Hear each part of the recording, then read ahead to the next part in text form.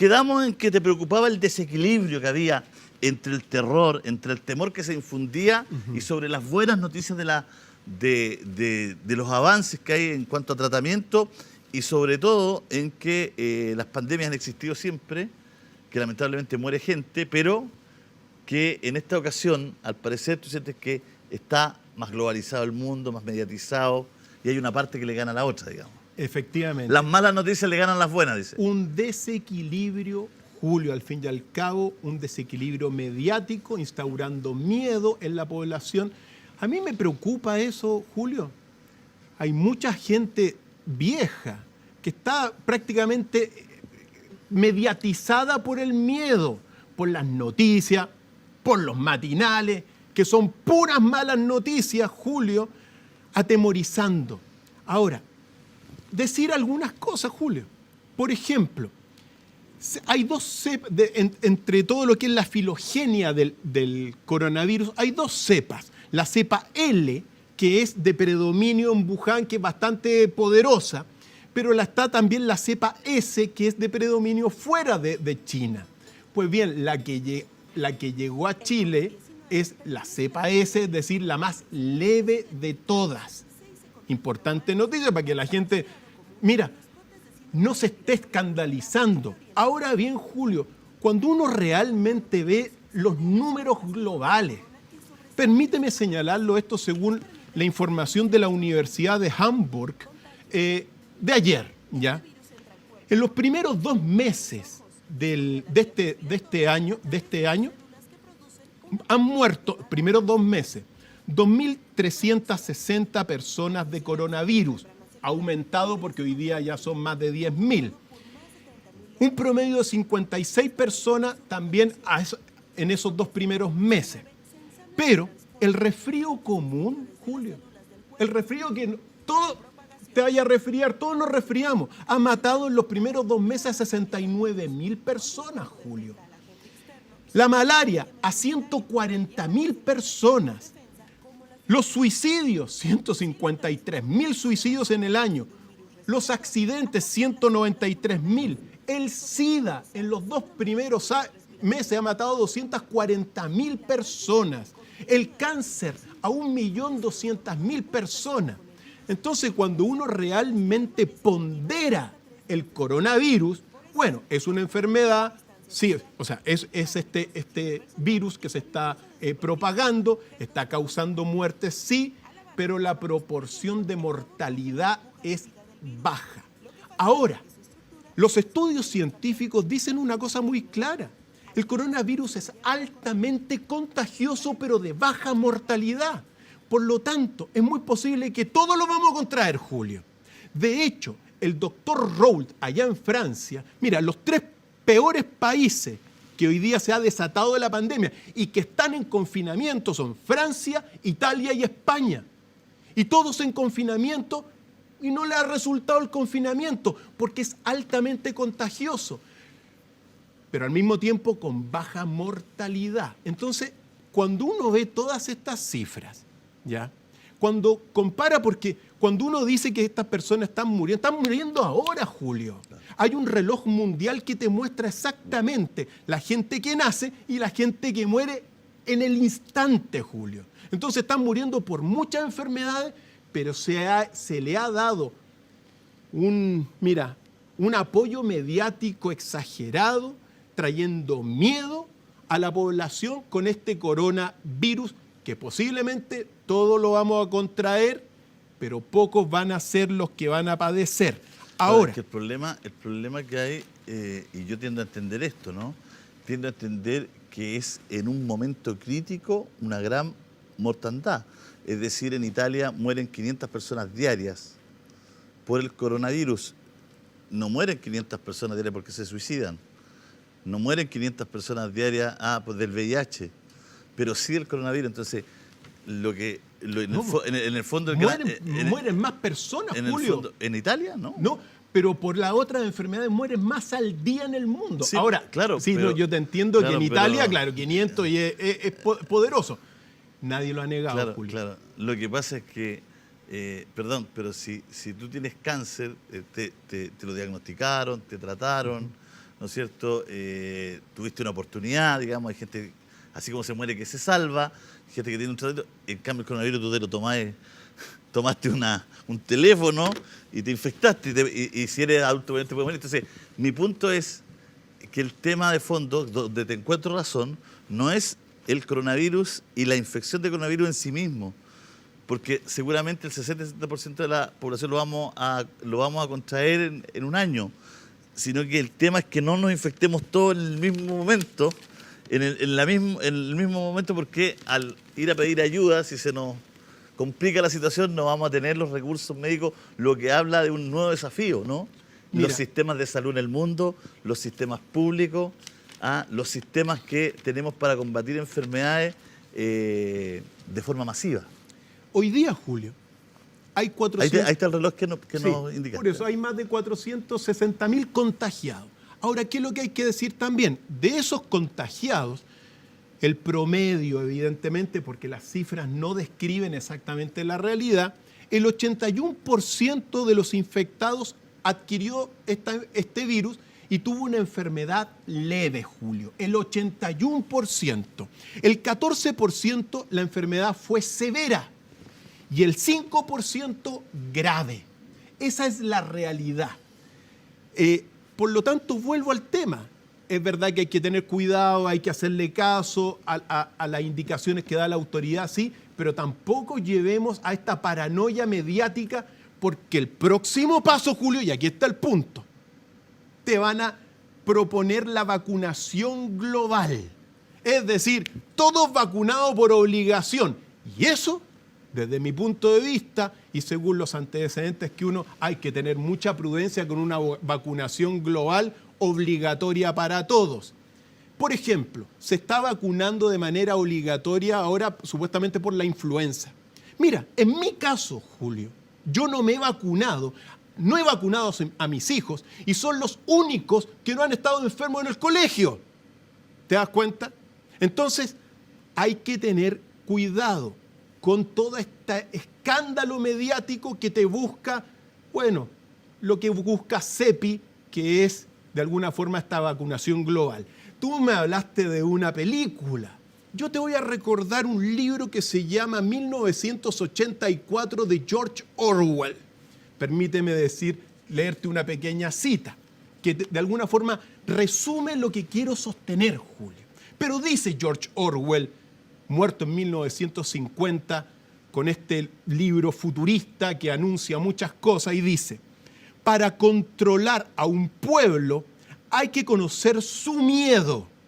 Y es evidente que el primer miedo es estar en peligro mortal. Una vez que el ser humano se hace esclavo de su miedo, es fácil hacerlo creer que papá Estado estará ahí listo para ayudarlo. Es decir, mediatización del comportamiento de las personas, lo dijo George Orwell hace más de 50 años, Julio, y hoy día lo estamos viviendo.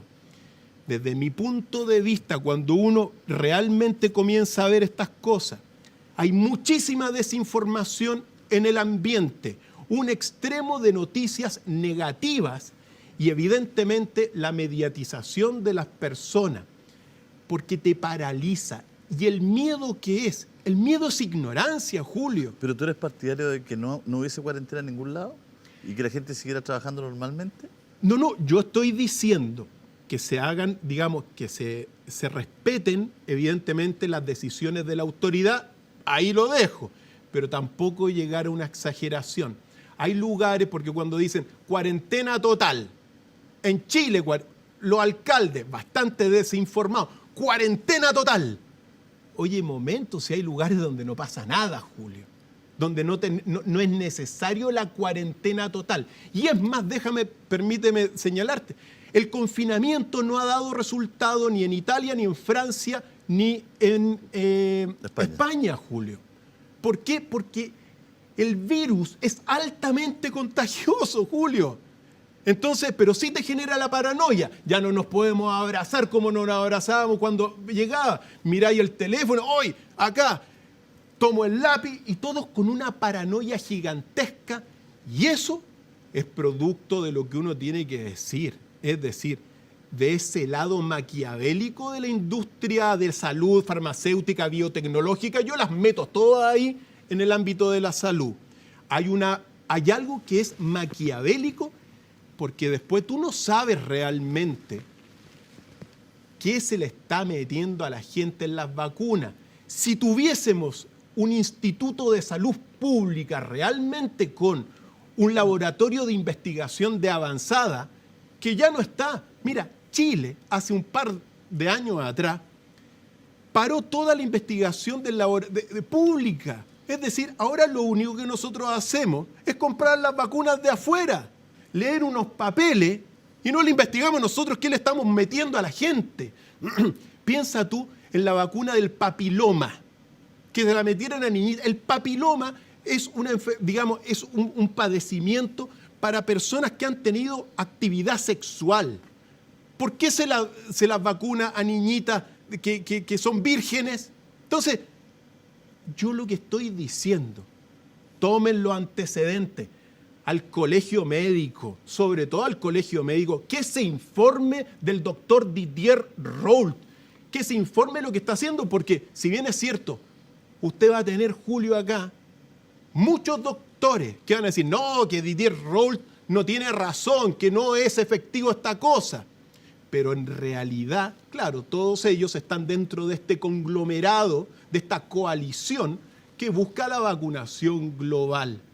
Hay que tener prudencia, hay que tener mucho cuidado y desde mi punto de vista, que no se extrañe que lo contagien, pero bueno, en más del 80% la enfermedad va a ser leve y es menos letal que la misma gripe estacional que nos afecta todos los días acá y ahora que comienza el invierno. Sí, pero Cristian, antes habían comunidades enteras que tenían muchos fallecidos por gripes o por enfermedades estacionales. Después de las vacunas, esos fallecidos bajaron casi a cero. Entonces, ¿es mala la vacuna realmente? El sarampión se erradicó con vacuna. En los lugares donde no se vacuna sarampión, ¿brota de nuevo el sarampión? Julio, no son malas las vacunas cuando están, sobre todo, digamos, las vacunas que son las de la infancia, las que te meten cuando tú naces. Pero hoy día uno tiene que decir que en gran medida la industria de la salud está supeditada no a la salud, sino que a los intereses económicos. Y eso es peligroso, Julio. Eso es peligroso porque se juega con la gente. Y aunque me lleguen las penas del infierno, de las autoridades, a mí lo que me mueve es la búsqueda de la verdad, la libertad, y eso es lo que uno transmite. Pero uno podría contrarrestar lo tuyo, por ejemplo, en Tucson, cuando ahí llega la mayoría en la frontera, la mayoría de los niños de las familias que vienen de Guatemala, de Honduras, de Nicaragua, de Centroamérica. Llegan los padres, las madres, los 3 niños, los 2 niños, o el papá con 2 niños, o la mamá con una guagüita, con 3 niños. ¿No es cierto? La comunidad los recibe. ¿No es cierto? Durante la época de Obama habían vacunas para todos los niños contra la gripe. Nunca falleció ningún niño. Trump las cortó, redujo el presupuesto y dijo no más vacunas para los inmigrantes. Y todos los años vemos cómo mueren ahí mismo, en el mismo lugar, decenas de niños que están tratando de cruzar la frontera. Antes no morían.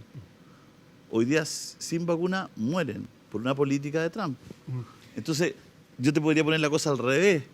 También cuando los estados no se hacen cargo o cuando se desentienden de hacer políticas públicas de salud, hay gente que muere. Y la gente siempre es la más humilde, siempre la más desposeída. Efectivamente.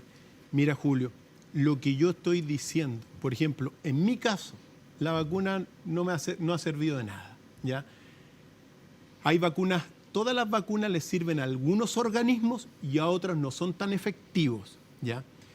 Por eso, esta cosa de pretender que todos por obligación se vacunen, ojo con eso. Ahora, respecto, por ejemplo, de la situación, mira, siempre los más pobres, los más desposeídos, los más humildes, son la carne de cañón que hay que, sacrificar.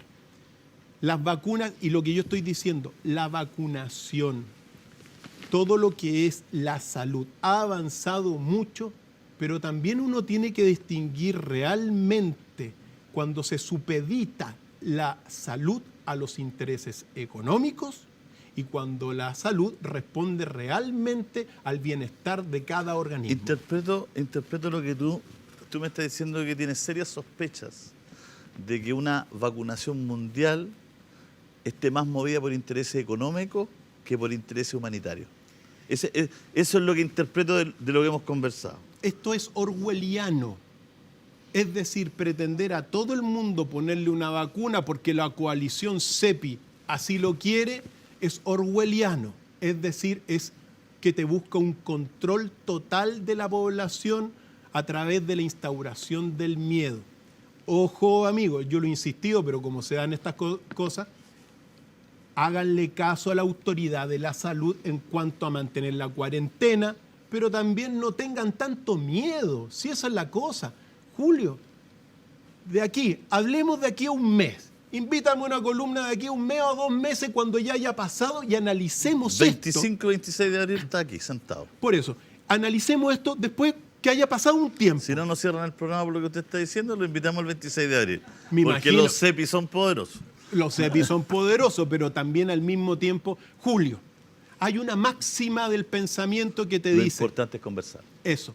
Y si todos piensan igual, Julio, ¿sabes lo que pasa? Nadie está pensando, Julio, nadie está pensando. Entonces, cuando aparecen todas estas voces, no, que una sola voz, chupaya, momento, si uno también tiene antecedentes, están todos estos datos científicos. El disentir para construir es lo mejor que hay. Si no hay disentimiento, si no hay conversación, si no hay diálogo, la situación se torna demasiado autoritaria. Y recuerda, Julio, que lo primero para enfermarte es la mente. Tú te enfermas primero con que, mira, este es el escenario, ¿ya? Viene el otoño, invierno, vienen las enfermedades. O sea, ya te estás enfermando mentalmente. Por lo tanto, el control mental te afecta después en tu organismo directamente. Eso es muy relevante, Julio. Entonces, no exageremos el miedo. A mí me da lástima realmente ver... ¿Cómo se trabaja eso? ¿Cómo se trabaja un con poco? La información, Julio, con una información, así como ponen en la mesa en los matinales o en la prensa, las cosas negativas, que los muertos. Fíjate tú, todo esto también va a significar que muchas pequeñas y medianas empresas se van a ir al suelo y todos los lobos del mercado van a salir a comprarlas también a bajo precio. Entonces, se está generando un pánico gigantesco. A mí me gustaría ver también, Julio, en todos los canales masivos de nuestro país y también de más allá de nuestro continente, donde abunda la ignorancia, que es el desconocimiento y que te produce el miedo, que así como informan de los muertos, de los casos, de la pérdida, de cómo aumenta la infección, que informen también los medicamentos que están dando buen uso, que están dando fruto, la vacunación que se está experimentando, y los tratamientos. Wuhan, la experiencia de Wuhan hoy día que... Por eso mismo, Wuhan en 2 meses ya va a parar la cuarentena. Entonces, pretender que haya personas, autoridades políticas. Mira, la autoridad política no tiene idea de ciencia, Julio. Sí que andamos con cuestiones. Dime algún parlamentario o algún alcalde que haya estudiado ciencia. 1984 is, I believe, a quite terrifying masterpiece. So terrifying, in fact, I don't think I should like to read another like it. I'm not absolutely dissatisfied with it. I think it is a good idea, but the execution would have been better if I had not been under the influence of TB when I wrote it. You once claimed that you have an ability to face unpleasant facts. Is that what you've demonstrated in 1984 by drawing an accurate portrait of the future? I think that allowing for the book being, after all, a parody, something like 1984 could actually happen. This is the direction the world is going in at the present time. In our world, there will be no emotions except fear, rage, triumph and self-abasement. The sex instinct will be eradicated. We shall abolish the orgasm. There will be no loyalty except loyalty to the party. But always there will be the intoxication of power. Always, at every moment, there will be the thrill of victory, the sensation of trampling on an enemy who is helpless. If you want a picture of the future, imagine a boot stamping on a human face forever. The moral to be drawn from this dangerous nightmare situation is a simple one. Don't let it happen. It depends on you.